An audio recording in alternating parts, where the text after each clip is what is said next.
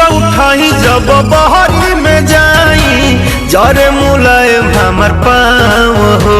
का करी कुछ बुझाते नइखे। गोर गोर गलिया भी करिया हो जाता मिले ना पेड़ा होता छाव हो। बात पिया मानी दर्द हमारो त जानी बोझा उठे नहीं बथला कमरिया। राजा चले चैत के लहरिया सुते दीही घर के भितरिया। राजा चले चैत के लहरिया सुते दीही घर के भितरिया। राजा चले चैत के लहरिया। अरे लुगा में लुक लगा तर वो बुझाते नहीं के मारा।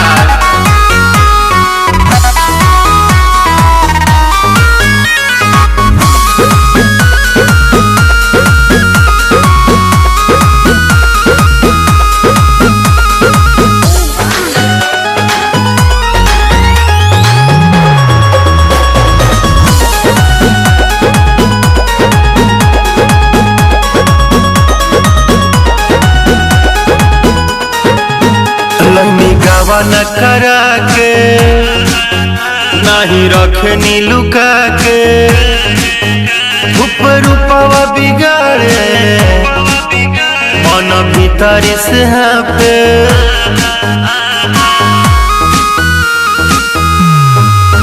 लैनी गावा न करा के नहीं रखनी लुका के ऊपर रूपवा बिगाड़े मन भीतरी से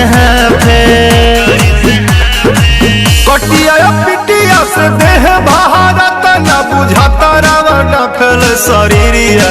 राजा चले चैत के लहरिया सुते दिन घर के भितरिया। राजा चले चैत के लहरिया सुते दिन घर के भितरिया। राजा चले चैत के लहरिया। अरे जाई बहरी एगो ठंडे ले आई।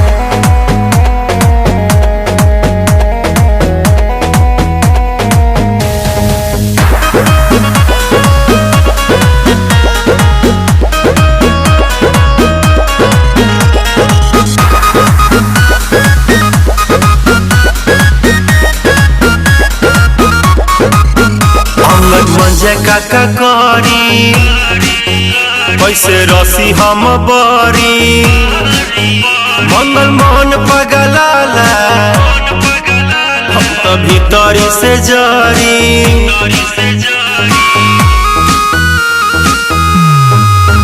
अंगद मंजे काका करी कैसे रसी हम बरी मंगल मोहन पगलाला भीतरी से जारी। रजौरा कैसे लेके चला दूर देश अब चलब नहीं गाँव के डगरिया। राजा चले चैत के लहरिया सुते दिन घर के भितरिया। राजा चले चैत के लहरिया सुते दिन घर के भितरिया। राजा चले चैत के लहरिया सुत जाई संग धाके।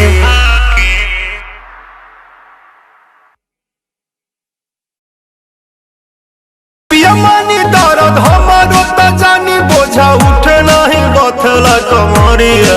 राजा चले चैत के लहरिया सुते दीही घर के भितरिया। राजा चले चैत के लहरिया।